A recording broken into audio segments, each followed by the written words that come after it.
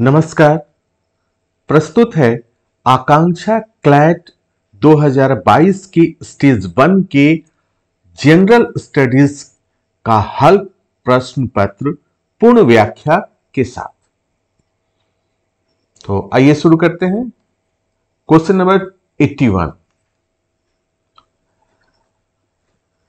जब एक विद्युत बल्ब टूटता है तब जोर की आवाज क्यों होती है?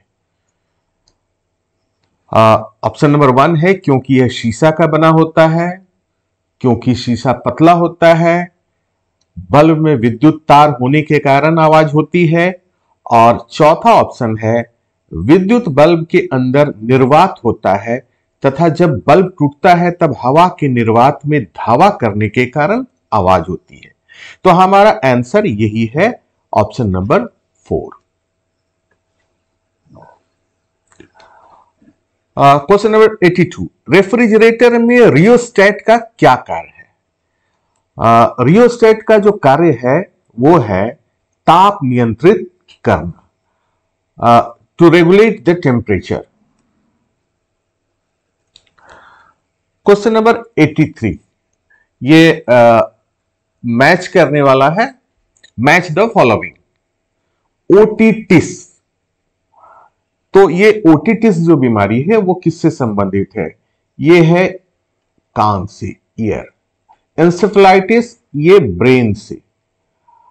लैरिंगिटाइटिस ये है थ्रोट का है, और हेपाटाइटिस ये है लीवर का।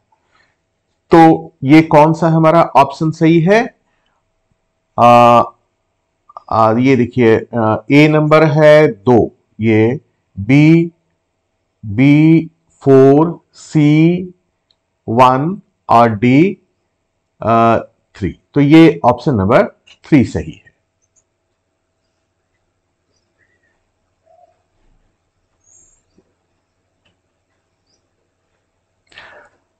अब यहां ध्यान दीजिए। क्वेश्चन नंबर 84 है, एक व्यक्ति पंखा के नीचे बैठने पर ठंडा महसूस करता है। यदि पंखा के नीचे एक थर्मामीटर रखा दिया जाए तो पठन क्या होगा? देखिए, ये साइंस का क्वेश्चन है। सबसे पहले हमें यह समझना होगा कि व्यक्ति जो पंखा के नीचे बैठ रहा है वो ठंडा महसूस क्यों करता है। कभी आपने अनुभव किया है? ये जो पंखा होता है ये हवा को ठंडा नहीं करता है, तो फिर ठंडा क्यों लगता है? पंखा के नीचे बैठने से अच्छा क्यों लगता है गर्मी के मौसम में विशेषकर? ये हवा जो मोशन में होता है वो हमारे शरीर में जो पसीना निकल रहा है उसे इवापोरेट करता है, और जब इवापोरेट करता है यानी उसका वाष्पन होता है तो हमें ठंडक महसूस करता है। तो मैं फिर से इसको दोहरा रहा हूं कि पंखा हवा को ठंडा नहीं करता है। तो थर्मामीटर का जो पठन होगा वो क्या होगा? यह कमरा के ताप से निम्न माना जाएगा? नहीं, यह केवल कमरा का ताप दर्शाएगा।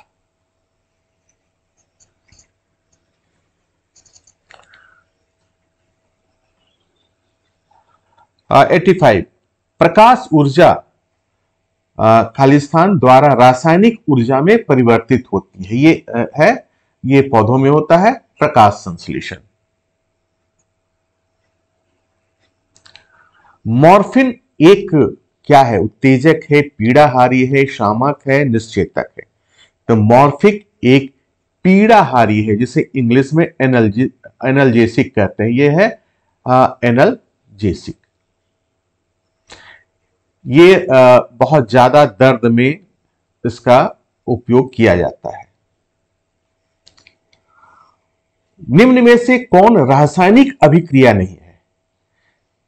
तो रासायनिक अभिक्रिया का अर्थ क्या हुआ? जिसे हम वापस नहीं ला सकते हैं, है ना। दो तरह की अभिक्रिया होती है, एक भौतिक अभिक्रिया और एक रासायनिक अभिक्रिया। इसे हम परिवर्तन भी कह सकते हैं, रासायनिक परिवर्तन और भौतिक परिवर्तन।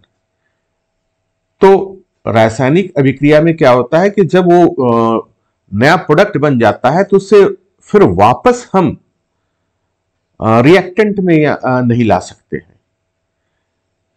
तो ऐसा कौन सा है जो रासायनिक अभिक्रिया नहीं है? ये ऑप्शन नंबर 3, नमक का जल में घुलना।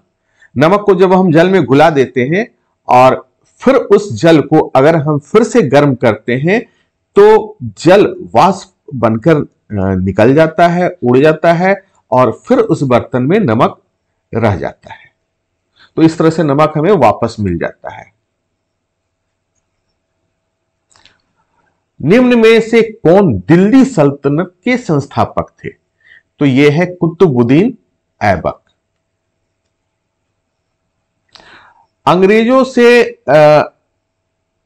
अंग्रेजों के साथ लड़ने वाला दक्षिण का शासक था, यह था टीपू सुल्तान, जिसने अंग्रेजों से लोहा लिया था। लॉर्ड विलियम बेंटिक से निम्न में से कौन संबंधित नहीं है? तो यह है स्थायी बंदोबस्ती, जो लॉर्ड विलियम बेंटिक से संबंधित नहीं है, और यह संबंधित है लॉर्ड कॉर्नवालिस से।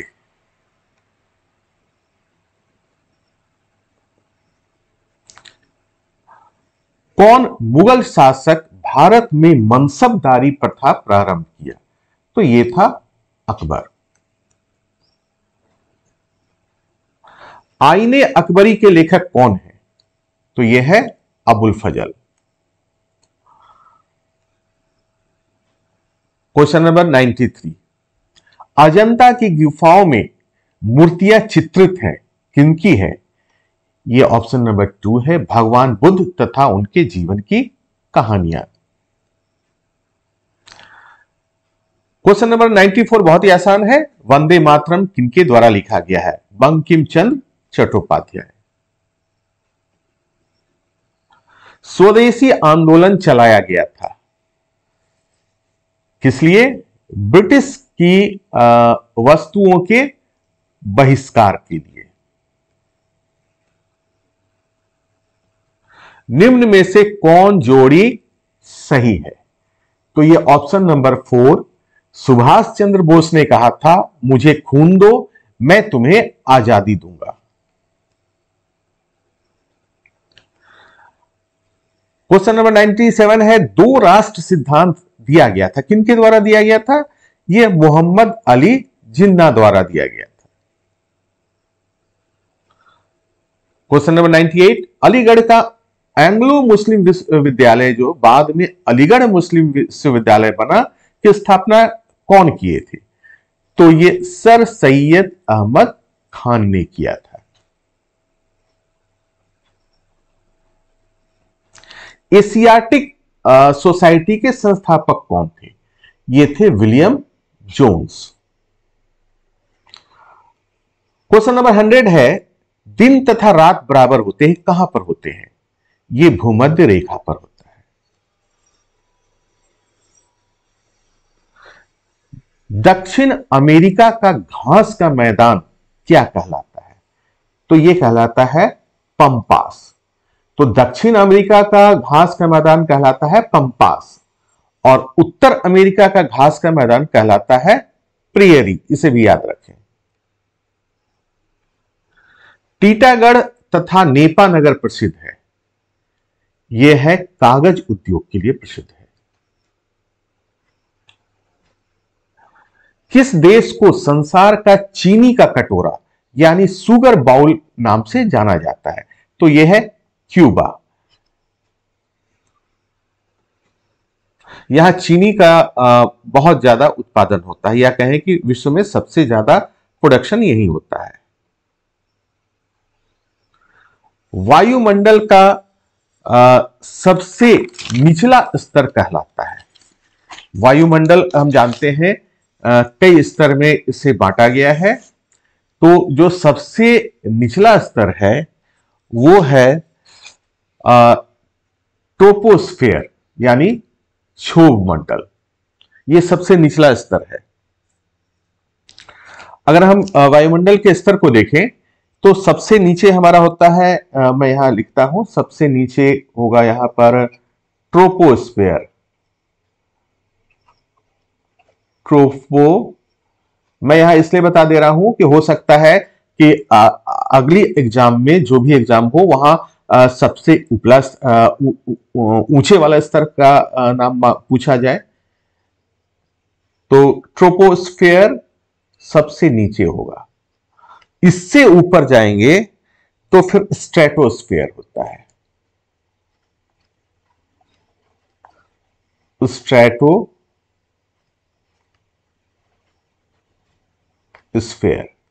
फिर इससे ऊपर जाएंगे मेजोस्फेयर।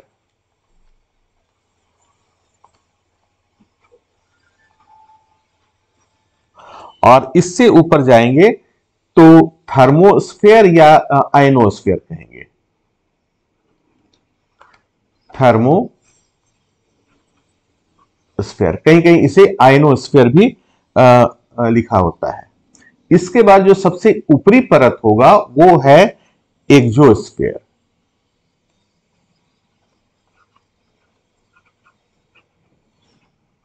चलिए, अब आते हैं क्वेश्चन नंबर 105 पर।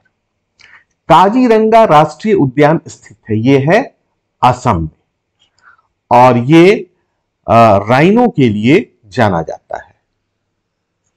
राइनो यानी गैंडा।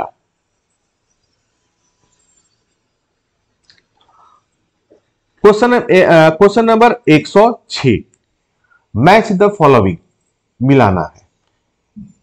तो ये देख रहे हैं कि कैपिटल दिया गया है अरुणाचल प्रदेश, ये ईटानगर, आसाम दिसपुर, सिक्किम गैंगटोक, और Andaman and Nicobar port Blair. तो ये कौन सा ऑप्शन है?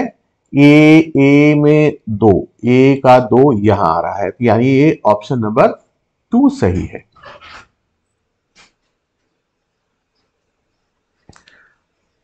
सबसे बड़ा अरण्य क्षेत्र वाला राज्य है, अर्थात जहां फॉरेस्ट एरिया भारत में किस राज्य में सबसे ज्यादा है? तो यह है मध्य प्रदेश।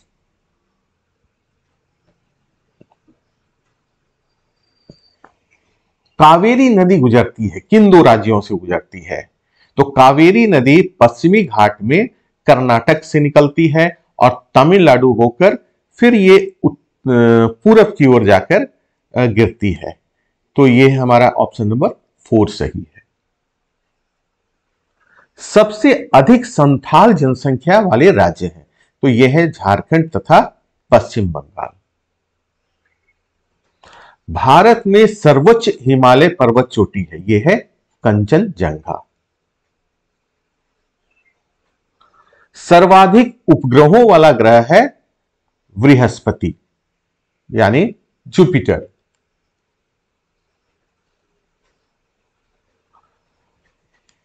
क्वेश्चन नंबर 112, संविधान भारत को वर्णित करता है, किस रूप में वर्णित करता है? यूनियन ऑफ स्टेट्स यानी राज्यों के संघ के रूप में है।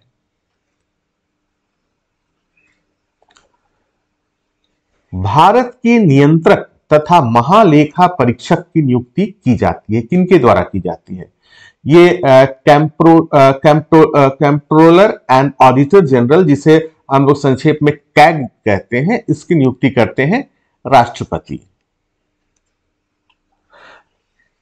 शिक्षा अंतर्भुक्त है यानी इंक्लूडेड है। शिक्षा किसमें इंक्लूडेड है? समवर्ती सूची में, राज्य सूची में, संघ सूची में या अवशिष्ट सूची में? तो यह समवर्ती सूची में है,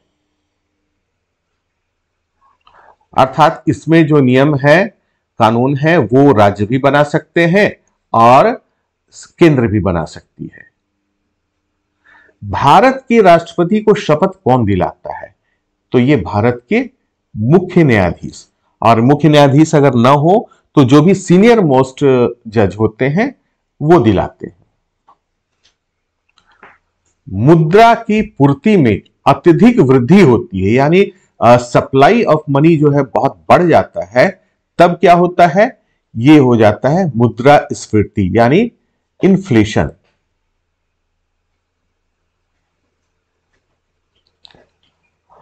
भारत में किस बैंक को बैंकों का बैंक के रूप में जाना जाता है? तो यह है reserve bank of India. Jim Corbett राष्ट्रीय उद्यान भारत के किस राज्य में है? यह है उत्तराखंड में। अब क्वेश्चन नंबर 119 है, फेसबुक के संस्थापक कौन है? यानी किसने फेसबुक की स्थापना की है? वो है मार्क जुकरबर्ग। अब लास्ट क्वेश्चन है और बहुत आसान है, क्वेश्चन नंबर 120, किन्हें सीमांत गांधी कहा जाता है? तो यह है खान अब्दुल गफ्फार खान। तो ये थे जनरल स्टडीज के तहत 40 प्रश्न। इन प्रश्नों